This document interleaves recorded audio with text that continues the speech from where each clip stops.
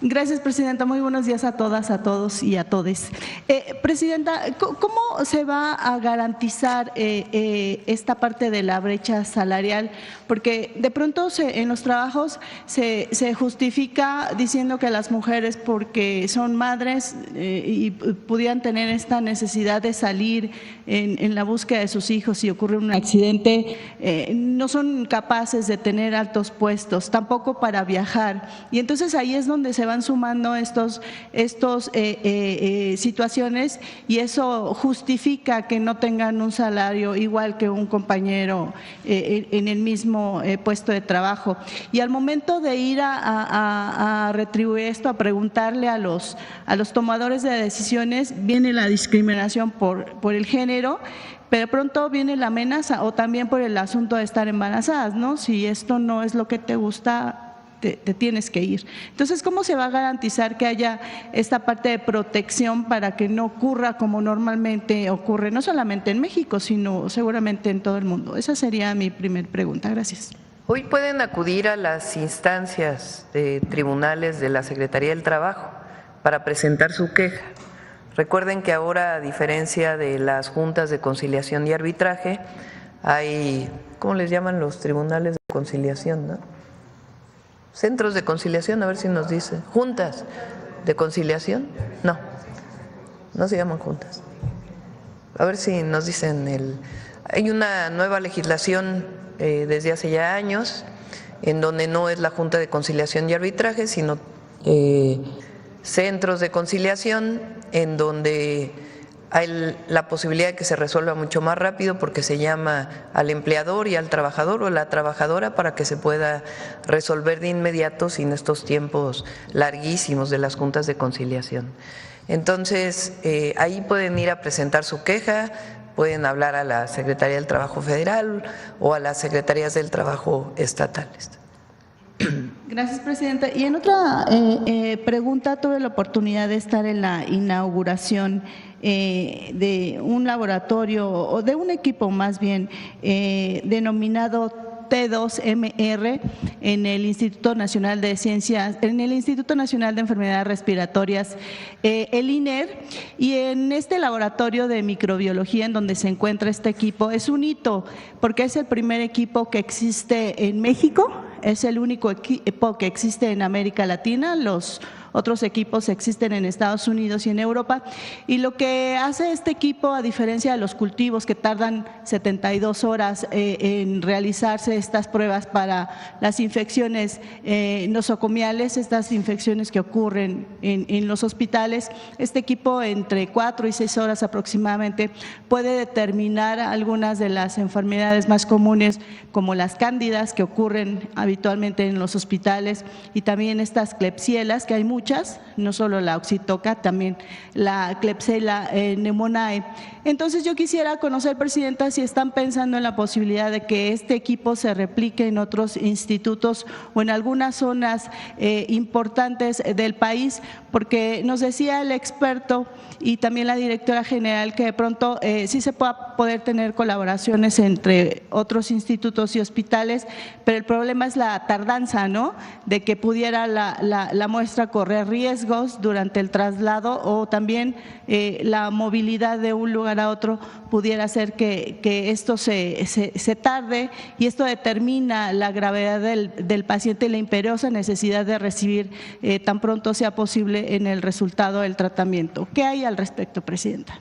Si quieres, si gustas, le hacemos la consulta al doctor Kersenovich y a Alejandro Schwartz y a las distintas instituciones para conocer los programas de ampliación de este equipo que comentas.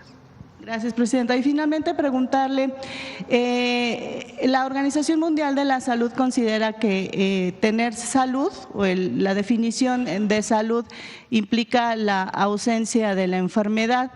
Años después han determinado que abonarle como el tema de la salud mental, es decir, tener un equilibrio entre la mente, el cuerpo y el espíritu es importante. Entonces han hecho del concepto de la salud algo más robusto.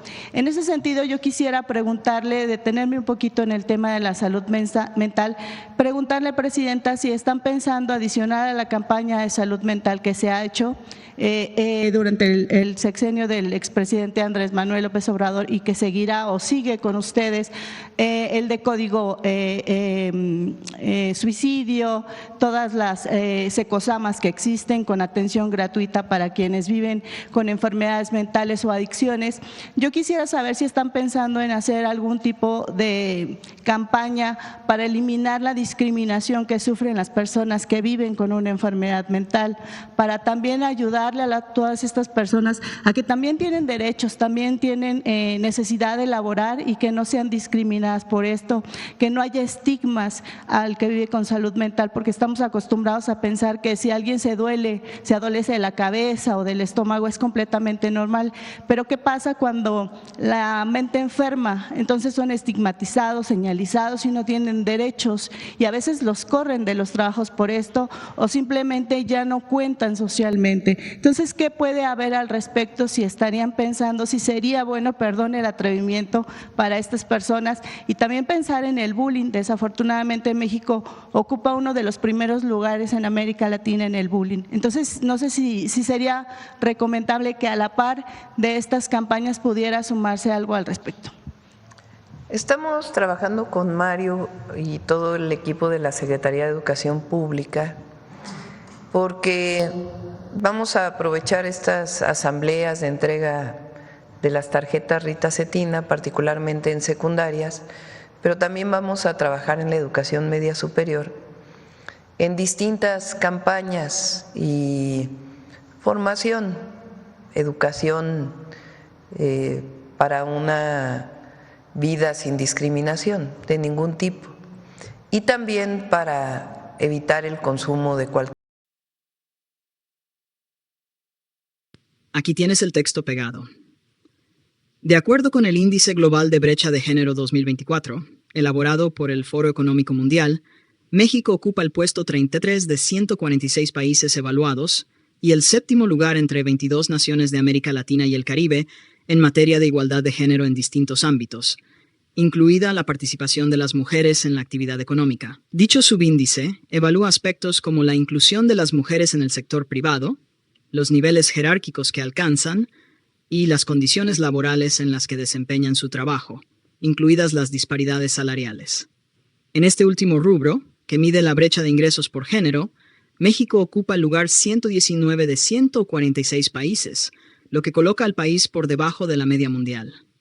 Además, la Organización para la Cooperación y el Desarrollo Económico, OCDE, ha documentado que en el país, por cada 100 pesos que ingresa un hombre, una mujer gana solo 86 pesos por trabajo igual, lo que refleja una profunda inequidad en el acceso a un salario justo por igual trabajo. Ante esa realidad, la Comisión de Derechos Humanos de la Ciudad de México, CDHCM, celebra la reforma constitucional publicada el pasado 15 de noviembre en el Diario Oficial de la Federación, con la que se adicionó al artículo 123 que a trabajo igual corresponde salario igual, sin distinción de sexo, género ni nacionalidad, y ordena a leyes secundarias desarrollar mecanismos concretos para reducir y erradicar la brecha salarial de género. Este avance legislativo representa un paso hacia la consolidación de un entorno laboral más justo y equitativo para las mujeres en México. En línea con dicha reforma, el 16 de diciembre de 2024, se publicaron modificaciones a la Ley Federal del Trabajo y a la Ley General para la Igualdad entre Mujeres y Hombres, misma que definió la brecha salarial de género como aquella diferencia en la retribución económica entre mujeres y hombres basada en razones de género, aun cuando el trabajo realizado tenga un valor equivalente.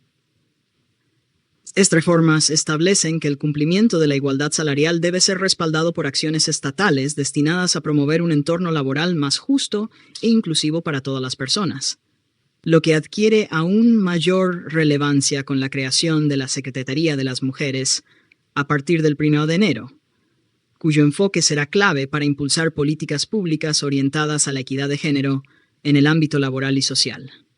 Es importante resaltar que a la par de los avances legislativos, que son un paso importante hacia la reducción de las desigualdades de género, particularmente en el ámbito laboral, se requiere avanzar de manera integral a fomentar la participación de las mujeres en todos los sectores. Esto incluye, entre otras medidas, una distribución equitativa de las responsabilidades de cuidado, más aún ante la realidad en la que las mujeres destinan el doble de horas que los hombres a los cuidados no remunerados.